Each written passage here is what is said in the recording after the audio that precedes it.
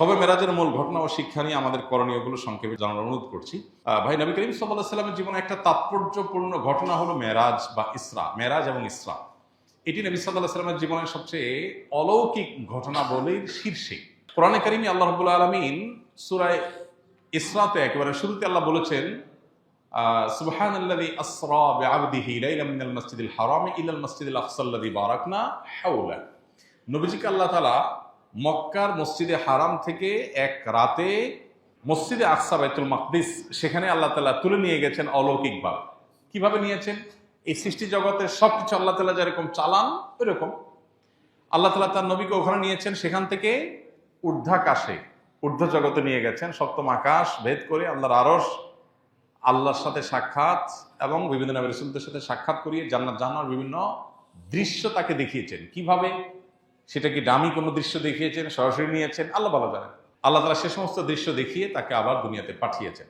তার এই ঊর্ধ্বে গমন এটাকে আর রাত্রিকালীন যে ভ্রমণ, এই উভয়টাকে আমাদেরকে অ্যাজ এ ইমানদার বিশ্বাস করতে হবে। আল্লাহর কাছে অসম্ভব বলতে কোনো কিছু নাই। মুহূর্তের মধ্যে আল্লাহ তাআলা অনেক কিছু করতে পারেন, যেটা আমরা হয়তো বছরকে বছর যুগ যুগ ধরেও করতে পারবো না। এটাই তো আল্লাহ এবং আমাদের মধ্যে পার্থক্য। আল্লাহ স্রষ্টা, আমরা সৃষ্টি। অতএব মেরাজের এই ঘটনাকে আমরা একজন ইমানদার হিসাবে বিশ্বাস করতে হবে। তবে এর মধ্যে দুটা পার্ট আছে। একটা ইসরা, অর্থাৎ মসজিদে হারাম থেকে মসজিদে আকসা যাওয়া পর্যন্ত, এটা কোরআনে আছে। অতএব এটাকে অস্বীকার করলে ইমান থাকবে না। আর ওখান থেকে ঊর্ধ্বাকাশে ভ্রমণের বিষয়টা বিশুদ্ধ হাদিসে প্রমাণিত আছে। ওইটাকেও যদি বিকৃত করে, অস্বীকার করে, ওটার ভিন্ন ব্যাখ্যা করে, তাহলে তাকে আমরা গোমরা বলতে পারি, কিন্তু তাকে অমুসলমান বলা যাবে না। মেরাজের সবচেয়ে বড় যে বিষয়টা সেটা হলো, মেরাজ আমাদেরকে অনেকগুলো বার্তা দিয়েছে। প্রথম কথা হলো, আল্লাহর কাছে অসম্ভব বলতে কিছু নেই। দ্বিতীয়ত, ৫ ওয়াক্ত নামাজের ইবাদত আল্লাহ দেওয়ার জন্য নবীকে ডেকে নিয়ে মেরাজে সরাসরি নির্দেশ করেছেন। অন্য সব ইবাদত জিবরিলকে দিয়ে পাঠিয়েছেন। এখান থেকে বোঝা যায় নামাজের সাথে কম্পেয়ার করার মতো আরেকটা ইবাদত বা ভালো কাজ ইসলামে নাই। মুসলমানের কাছে সবচেয়ে ইম্পর্টেন্ট কাজ নামাজ, কারণ এটাকে সবচেয়ে গুরুত্বের সাথে আল্লাহ তাআলা ফরজ করে দিয়েছেন।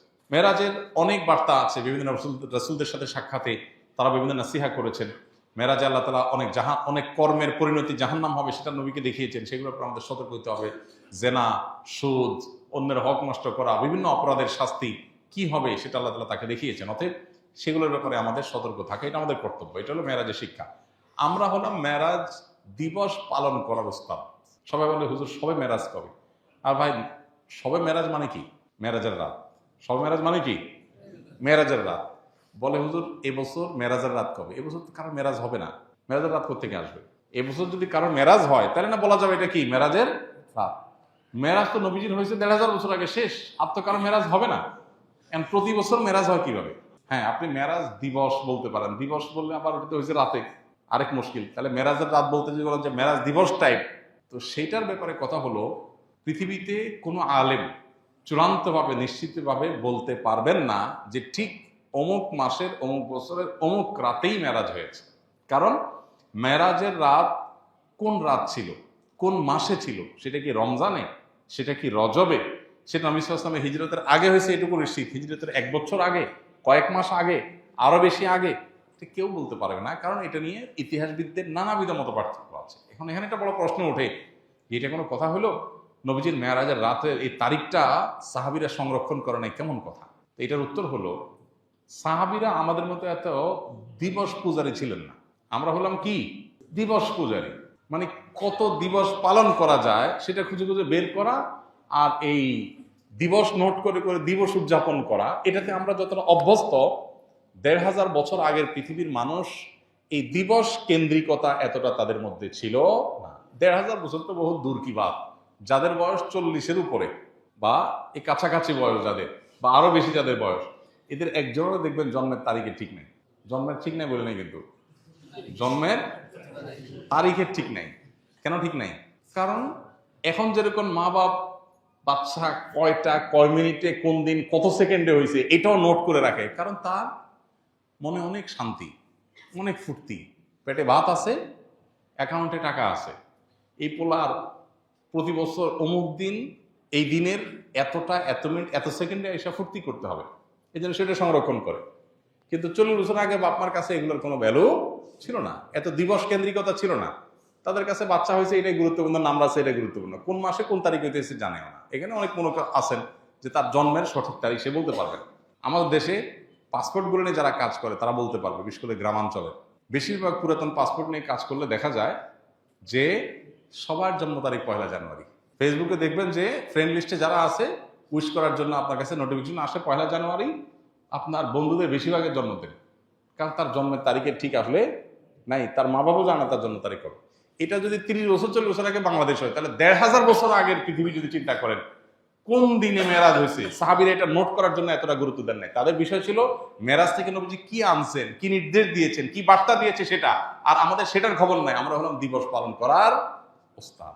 এ হলো আমাদের সাথে তাদের পার্থক্য। এই জন্য মেরাজকে ঘিরে কোনো দিবস কেন্দ্রিকতা নয়, বরং মেরাজের শিক্ষা আমরা ধারণ করব।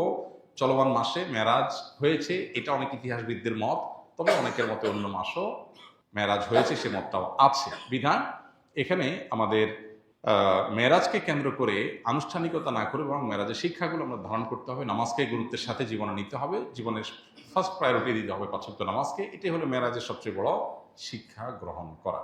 শীতের কারণে অজু করাটা অনেক সমস্যা, বিশেষ করে মহিলাদের। যেমন আমার মা, বয়স 58, তিনি অসুস্থ, আমার স্ত্রীর ঠান্ডাজনিত সমস্যা, তারা প্রায় এশা বা মাগরিব ফজর নামাজ তায়াম্মুম করে নামাজ আদায় করেন। এ সম্পর্কে আমাদের শরীয়ত কি বলে?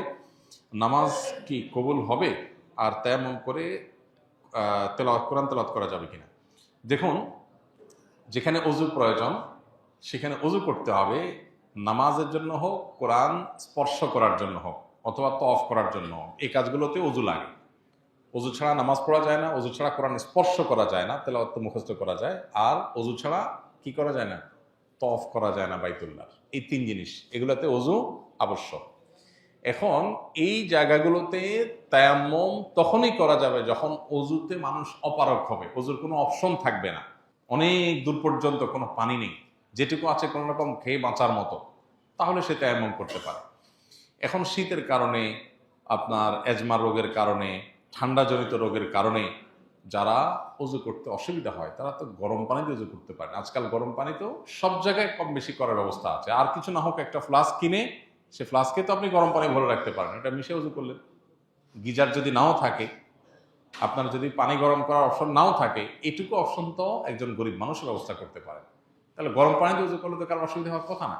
যদি কারোর গরম পানিও টাচ করার মতো না, হাত ভাঙা, পাও ভাঙা, অপারেশন হয়েছে, ব্যান্ডেজ দেওয়া, পানি লাগানোই যাবে না, তাহলে তার জন্য তায়াম্মুমের অপশন আছে। কিন্তু এই যে ঠান্ডাজনিত কারণে তায়াম্মুম শুরু করে দিবেন, এত সহজ না বিষয়টা। বিষয়টা তখনই আপনি করতে পারবেন যখন অজু করার সকল অপশন আপনার কাছে বন্ধ হয়ে যাবে। আর আরেকটা বিকল্প আছে, মোজার উপরে মাসা করা।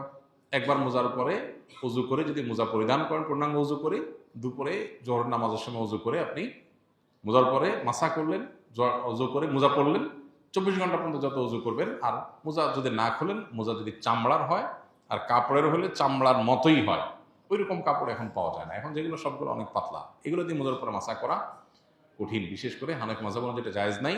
আর উলামা ইকরাম জায়েজ বলেন, কিন্তু বেশিরভাগ মোজাই দেখা যায় এত পাতলা যে এটাতে হালকা একটু মাসা করতে গেলে ভিতরে ভিজে যায়। তো যাই হোক, মোজার উপরে মাসা করার মাধ্যমে আপনি 24 ঘন্টা কি করতে পারেন? অজুর সময় পা না ধুয়ে শুধু মোজার উপর মাসা করতে পারেন। তাহলে যাদের এজমার রোগ আছে, পা ধোয়াটা তাদের জন্য অনেকের জন্য বেশি কঠিন, ওইটা আপনি করলেন না, আর বাকি অঙ্গগুলো গরম পানি দিয়ে ধুলেন। অপশনটা আমরা নিতে পারি। আসুন্নাহ ফাউন্ডেশন, উম্মার স্বার্থে সুন্নাহর সাথে।